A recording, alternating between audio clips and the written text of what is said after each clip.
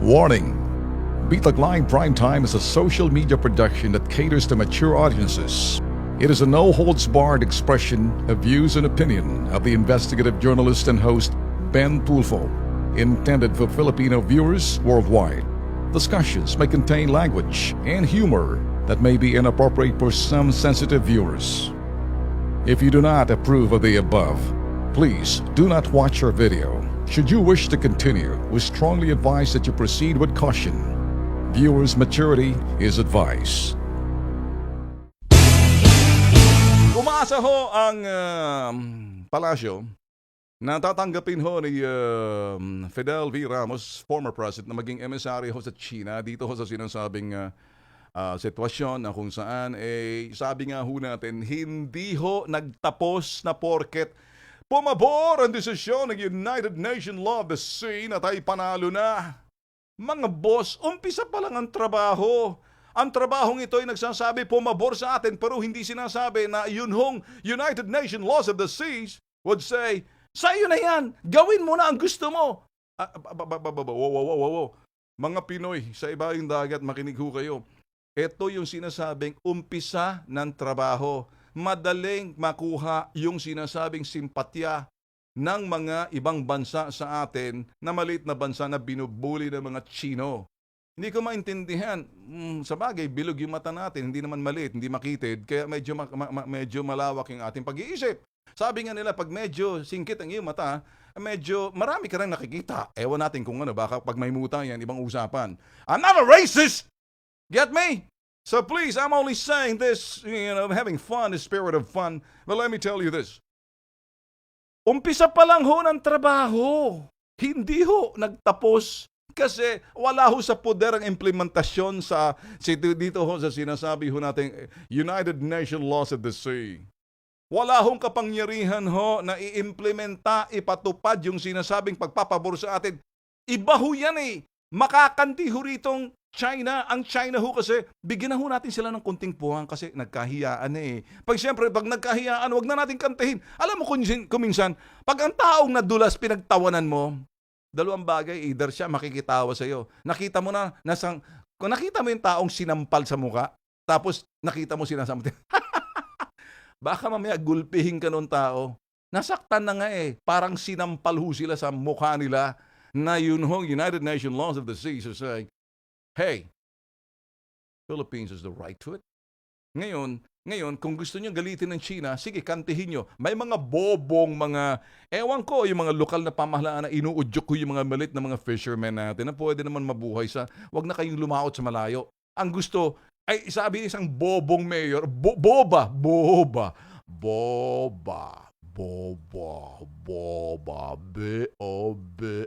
boba. The word bobo is for gender male. The word boba is for female. Bobo meets boba.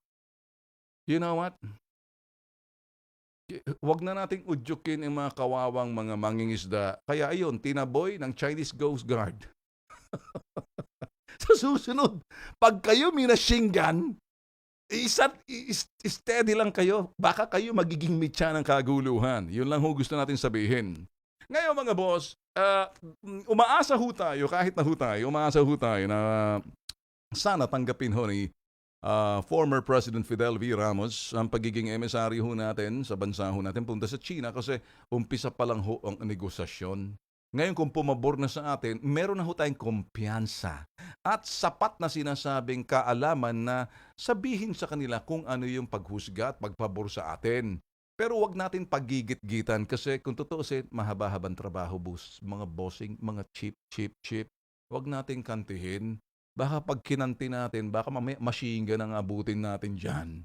Hindi natin kaya magdeklara ng giyera. Kaya yung mga boba na mga alkalde dyan sa Zambales, pag ako pumunta riyan, hubarin kong sapatos ko, palo ko sa mga ulo ninyo para kayo matao na hindi na kayo maging bobo.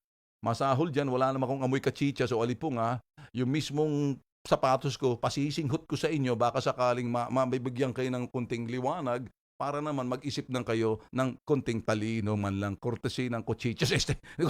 Sapatos ni Ben Tulfo. Medyo kalokohan na ho to, pero may laman hong aking mga sinasabi, mga boss. Mayor dyan na Masinloc, Zambales! Huwag nung udyukin yung mga kababayan natin dyan. Kaya yon pinagtabo yan ng Chinese Coast Guard. Ano, kukuha kayo ng Philippine Coast Guard! Tulungan nyo kami! Alam naman natin magugutom yung mga fisherman natin. Kayo naman dyan, gumawa kayo ng mga livelihood program, gumawa kayo ng anumang bagay pansamantala para maibsan ng sinasabing problema ng ating mga kababayan. Huwag nyo kasing udyukin. Ayan tuloy, tinaboy. Malamang winoter cannon pa yan dahil sa inyong kabobobohan.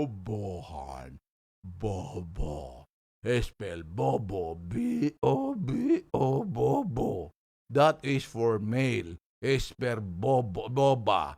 Boba, B-O-B-A for female. Boba. Hindi ko sinabi buba, artista ho yun na laus na. Hirap talaga ng isang bobang mayor kasi bobang bleeding yellow hearts. Sabi ng amo nitong bobang mayor ng Masinloc, Zambales, hindi ko papangalanan, titirhan kita ng mukha kahit na konti man lang. Ang amo niya raw kasi si Benigno B.S. Aquino, B.S. as in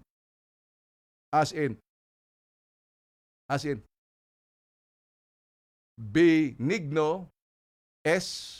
Simeon Aquino. Pero totoo, read my lips.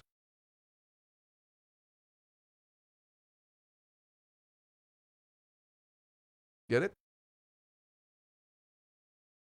Kasi nagbunga na raw ang kanyang ginawa. Sabi ni Benigno S. Aquino, nagbunga na raw yung kanyang ginawa na ito nagbunga ng pabor.